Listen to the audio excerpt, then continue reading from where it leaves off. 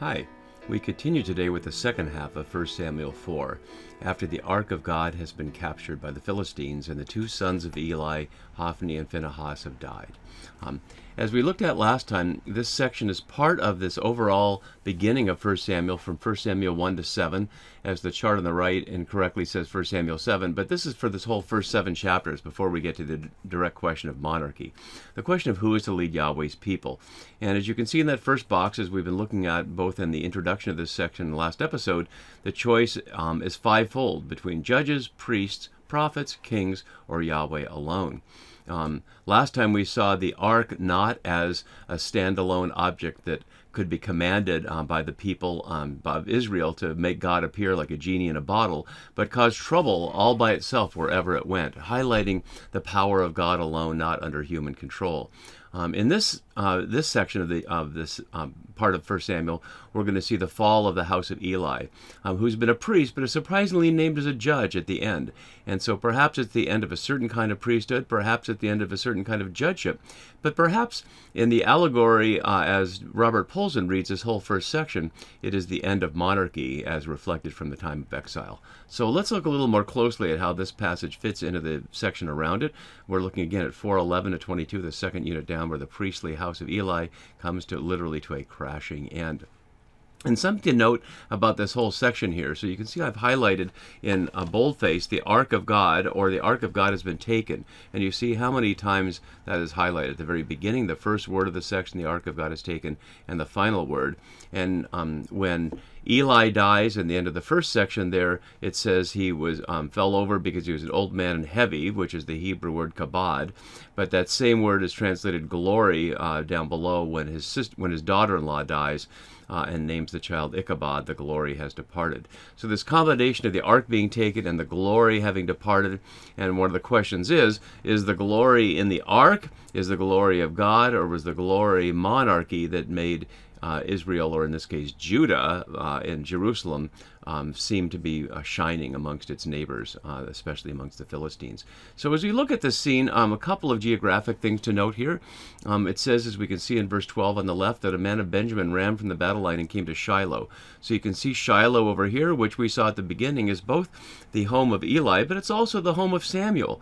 And last time we saw that this chapter started with the word of God came to Samuel, who was a sure prophet. But when the man of Benjamin comes to Shiloh, he finds Eli, and Samuel is nowhere in sight, and we won't see Samuel again until the beginning of chapter 7.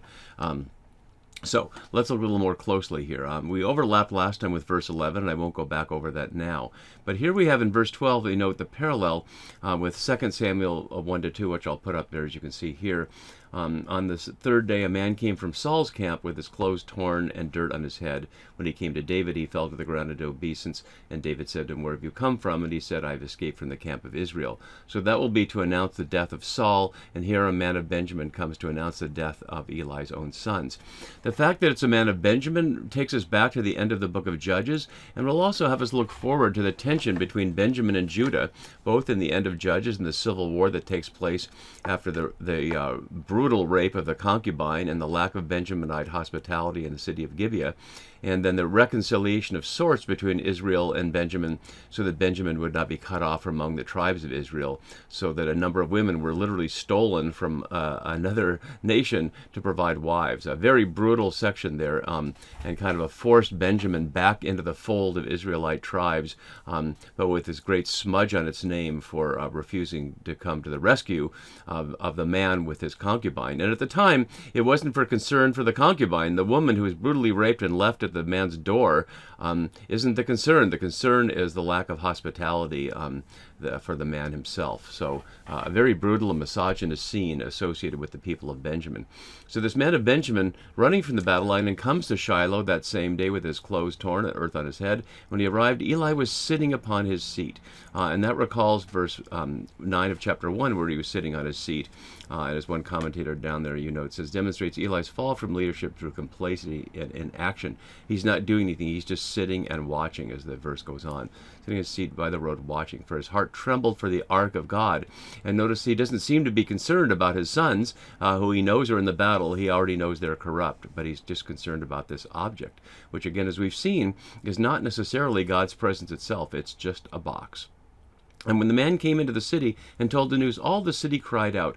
I want to note here, both in the end of verse 13 where I am now and in verse 14, we see three different words in English and also three different words in Hebrew for this sound. So all the city cried out here. The root word zak there, and we'll see it again in 1 Samuel 5:10. But when Eli heard the sound of the outcry, hashakah,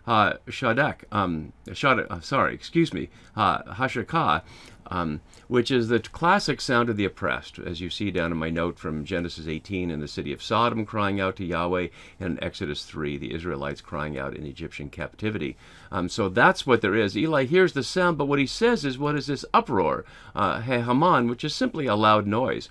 So part of the fall of Eli is he, unlike Yahweh, does not hear the cry of the poor, the cry of the oppressed. He just hears a loud noise.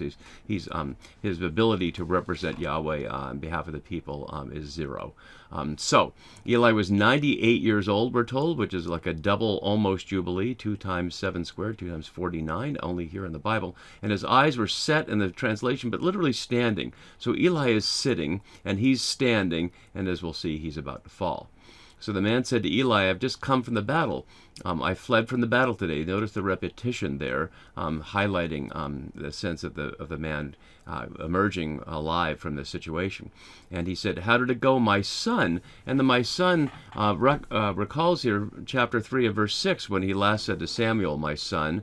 Of course, Samuel wasn't literally his son either. I was Hannah and Elkanah's son. And this person isn't his son either, but Eli's still imagining that he has some fatherly role here, but not for long. We hear that the messenger replied not the usual malak, which is the same as the angel word for messenger here, but basar, for someone who brings good news. And it's, as you can see from my note, whenever else it's used in the Deuteronomistic history, it refers to good news concerning the welfare of a royal house, and almost always involves the death of someone threatening David's kinship, as Polson has for us here. But that's not what we see here. This is hardly good news. The messenger says, Israel has fled before the Philistines, and there has also been a great slaughter among the troops, and your 2 sons also, Hophni and Phinehas, have dead, and the ark of God has been captured. And if we scroll up a little bit so we can get the rest of our, almost the rest of our passage on the screen here, note what happens here, as my note says below. When he mentioned the ark of God, Eli fell over backward. Not when he mentioned the death of his sons, as we see here. He hears that first. Your 2 sons, Hophni and Phinehas, are dead. And in a similar situation in 2 Samuel, when David hears about the death of Absalom, but the victory of the war, all he can cry out is, my son, Absalom, Absalom, my son. But Eli has no mourning here, and not even a moment of concern for his 2 dead corrupt sons, who did not rebel against him, as Absalom will rebel against David, as we'll see. But instead, when he heard about the ark of God, Eli fell over backward from his seat by the side of the gate, and his neck was broken, and he died, for he was an old man and heavy, or kabod, as you can see in my note, as we saw in the beginning. So the glory has fallen over. And then suddenly we hear that he judged Israel 40 years, and we'd not heard that he was a judge. He's obviously been a priest. And that links us back to the book of Judges, of course, and other people who judged, but obviously a failure of that, because he did nothing but lose the ark and lose various battles, and certainly didn't lead the Israelites in anything. And it also leads us back to Hannah's song, where Yahweh alone will judge the people. That 40 years expresses a fullness, of course, like 40 years in the wilderness, but as Polson suggested within his allegorical reading here, as you see in the note below, that is to say, in the fullness of time, kingship in Israel would disappear. So Eli here is representing judgeship, priesthood, and kingship, 3 alternatives to Yahweh alone. So that's the first half of our scene. And here's the second half. His daughter-in-law, the wife of Phinehas, was pregnant. I'll move this up a little bit here. Was about to give birth. And when she heard, notice what she hears, 3 things. When she heard the news that the ark of God was captured, and that her father-in-law and her husband were dead, all 3, she bowed and gave birth. So unlike Eli, who falls off his chair only at the word of the ark of God having been captured or taken, it's the combined loss of her father-in-law and her husband and the ark that leads her to bend over and give birth with overwhelming labor pains. And her dying in birth, which has certainly been common in the ancient world, but rare in the Bible, recalls specifically Rachel giving birth to Benjamin, or as she called him, Ben and Oni. So let's look at that for a moment from Genesis 35. When she was in her hard labor, the midwife said to her, "Do not be afraid, for now you will have another son." As her life was departing, for she died, she named him Ben-Oni, but his father, that is Jacob, of course, called him Benjamin. So there we see the origin of Benjamin, who's the origin of the place of the man who brings the bad news, the good news disguised as bad news, or the other way around, to Eli here, and will set up Saul the Benjaminite, as we'll see once the kingship is agreed to in chapter 8, and then Saul appears in chapter 9.